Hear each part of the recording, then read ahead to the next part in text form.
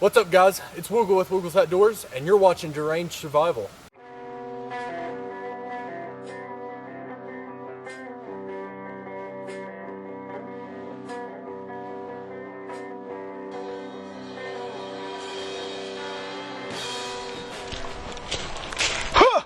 How's it going, guys?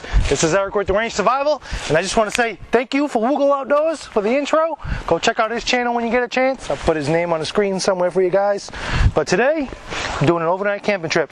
Got a lot of gear, testing out some new things. I'm going to do tarp configuration tonight, and yeah, stay tuned for my adventure. So, doing some wild camping tonight. Right now, I'm on a road that has, see those white things, those white poles? It's to let you know there's a gas line there. So basically you can't dig in this area. And this is just a dirt road. I'm going to hike down this road a little bit, veer off into the woods, and look for a location to spend the night.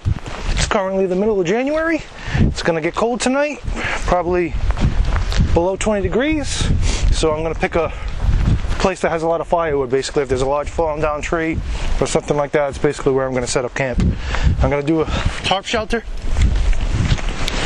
I have 3 tarps with me. One's just the traditional blue tarp, large blue tarp. I think it's a 8 by 10. I'm not exactly sure. But then I have 2 mylar tarps, and I'll show you guys later. What the heck you doing in the middle of the woods? What is this? But we're going to go find a spot, set up camp. So now, I got to pick a spot to hike off into the woods. Now I know behind the camera is west, so that's probably where I'm going to head into the woods. And then when I'm ready to leave, I'm going to head east back to this road here, so it's easy for me to navigate. I have one piece of gear that is fairly cheap, and I'm going to make a super shelter out of it. If you don't know what a super shelter is, you will after watching this video. So it's a little wet. As you can see, we got a pond here. Not really, it's just a big puddle. Freshly rained water, which could be drinkable. It's boiled, of course. It's only been stagnant for about a day. But that's enough for bacteria to build up and live and thrive until it dries up. But stumbled upon something, and it's good and it's bad. Ring here, fire ring. Got a nice little seat. Not exactly sure what that is. It's a stick in the ground. And somebody left some trash, unfortunately. There's another small little fire ring over there with a water bottle in it. But I'm gonna go up and over this hill, see what's up there. There's a couple other areas around here that I want to go explore. I don't want to be on the top of a hill, and I don't want to be on the bottom of a hill. I want to be right in the center. Hopefully I can find an area where the ground is level, maybe get some natural wind protection, a couple hills around me or large rocks, but we shall see. Now up and over that hill I go.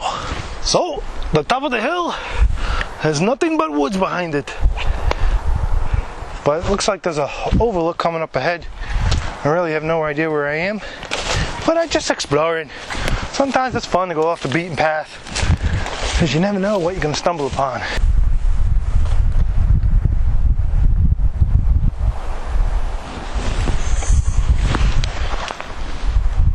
Not a bad little area. Wow, look at the view. And I'm in little old Rhode Island here, and I still found a view. So one thing that's very important if you're hiking through the woods, off the beaten path, you want to make sure that your gear loadout is properly stored in your backpack.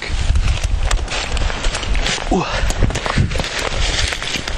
Now I know sometimes when you pack your bag you kind of keep things together and organized, but you should really put all the heavy gear up against your back and the lighter gear, on the outskirts of your backpack, on your side pockets or whatnot. So the heaviest gear will be up against your back, and it will hopefully balance out your weight. I have a tendency to keep all my cooking stuff together, keep all my rain gear together, stuff like that. But you should really focus on the heaviest gear should be right up against your back. Yeah, there's a lot of resources over here. This is going to be my spot, guys. Right up in this mix. There's a natural fire reflector right there. Nice area. I think I'm gonna set up over here, guys. So we got my water source in the background. Let me slowly zoom in for you guys. Let's speed it up. So there's my water source over there. It's basically from the rain. The water hasn't evaporated yet. And this is going to be my campsite.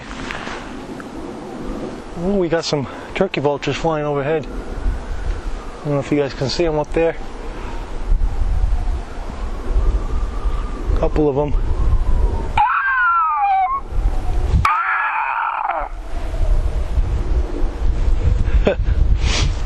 Alright, time to relax. Pull out the tarp and set this place up. Yeah! Alright everyone, so this is my shelter setup for the evening. I'm not exactly sure what you want to call it. It's somewhat modified lean-to, I guess. But on the back side I put it really low. My feet are going to be on that end there. There's a little bit of extra tarp from the back end. I'm going to put my gear there. Rest my feet on top of that. I've got a big opening in the front here.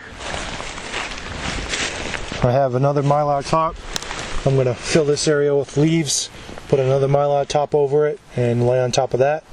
And I'm also going to have another mylar top go up and over just like that. And hopefully it'll stay up there and reflect the heat back onto me. I'm either going to have a fire right here with this huge reflector bouncing all the heat back into me,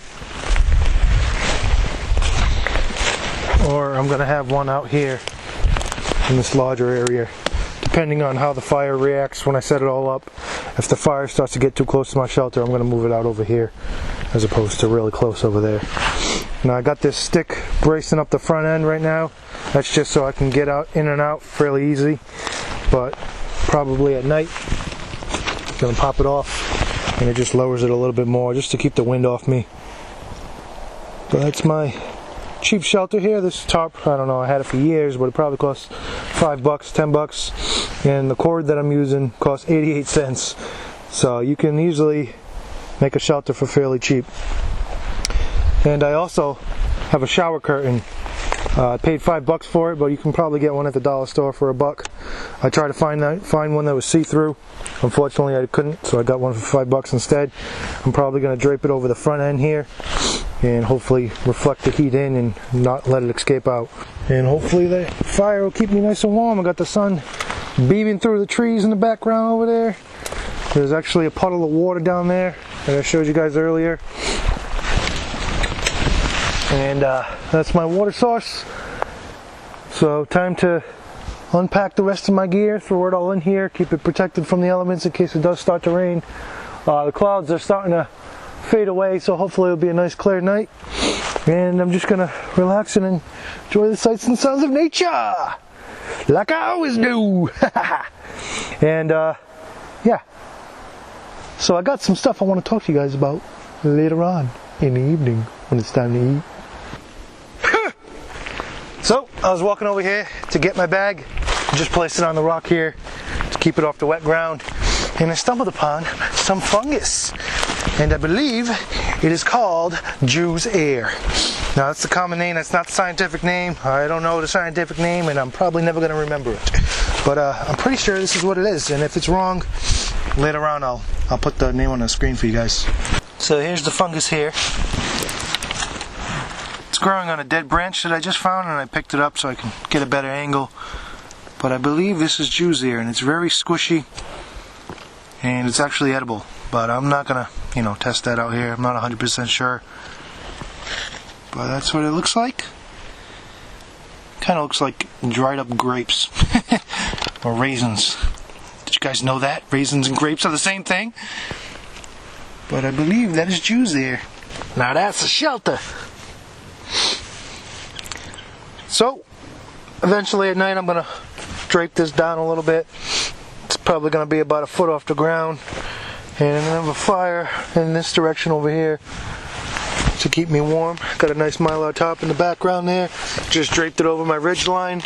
Nothing else is holding it in place, so hopefully that'll stay firm. Got another mylar top on the ground to insulate my body heat. and I'm going to show you guys what I'm going to do with my feet. My feet are actually going to be where my head is, but for demonstration I'm going to show you what I'm going to do so you guys can see it here. Alright, so I'm going to show you guys how I like to wrap myself up at night with the Mylar top. Usually my feet get really cold. One thing with wool, I have 2 pairs of wool socks on. One thing with wool, it does keep you warm if you're moving, but if you're stationary, wool is very breathable, and it's sometimes it gets my feet really cold. The air just blows right through and chills my feet. So I'm going to show you guys one method that I use to keep my feet warm at night. So I just have this Mylar top. You can basically use any material that's a windbreaker material. So if I had this jacket, I could use this jacket. If you have a poncho or something like that, or even a plastic bag will work fine. So I'm just going to use this Mylar top, and I place it in a diamond configuration. So let me get this a little bit situated and get back to you. Alright, so because this tarp isn't square and it's a rectangle, it's going to be a little bit difficult, but I'll see what I can do here. So basically I place my feet in the direction of one of the corners, and I'll grab the corner there, and let me do it without my shoes because I usually don't like to sleep with my shoes on. So I'll take the corner and I'll pull it up over my feet. Preferably I try to get it all the way up to my knees, but this tarp's a little bit small, so I can't do that. And then I'm going to take the end that the corner isn't on, so this end here, I'm going to drape it over me like that, and then I'm going to take the corner end, because the corner end is going to be a little bit longer to fold over. And then I'll take the corner end, fold it over, just like that. And now I'm like a little burrito, ready for the bears to come and eat me. But this way, it basically insulates my feet. It's actually 2 layers from where my feet are to the outside world. And this basically insulates my legs and my feet a little bit more, and it's a little bit more comforting for me. If you guys have any other tips that you do to keep your feet warm, please let me know. But wool socks just don't do it for me. Usually I wear 2 layers, and wool is very breathable. You know, it's great for when you're just around camp, or when you're sitting down at night and you're sleeping. You know, the wool socks are just too breathable for me, and it gets my feet really cold. So hopefully this is a helpful tip for you guys. I'm going to relax, and then I actually just lay back and basically wrap myself all the way up. Just like that, and I'll have enough layers on my chest and on my head to keep me warm for the night, so I don't really need to cover that. Then I have some nice thick gloves, and usually I'll put my bag in the back to rest on like a pillow. Pull up my hood. I also have a baklava. If it gets too cold, I'll throw that on too to cover my neck. And that's basically it. I'm going to have a nice little fire in the front, cook some canned goods. I'll talk to you guys about that later. And yeah, I'm just going to relax a little bit. Sun's setting. I'm going to collect a little bit of firewood and just enjoy the sights and sounds. Thanks for checking out part 1, guys. Don't forget to check out part 2, or else.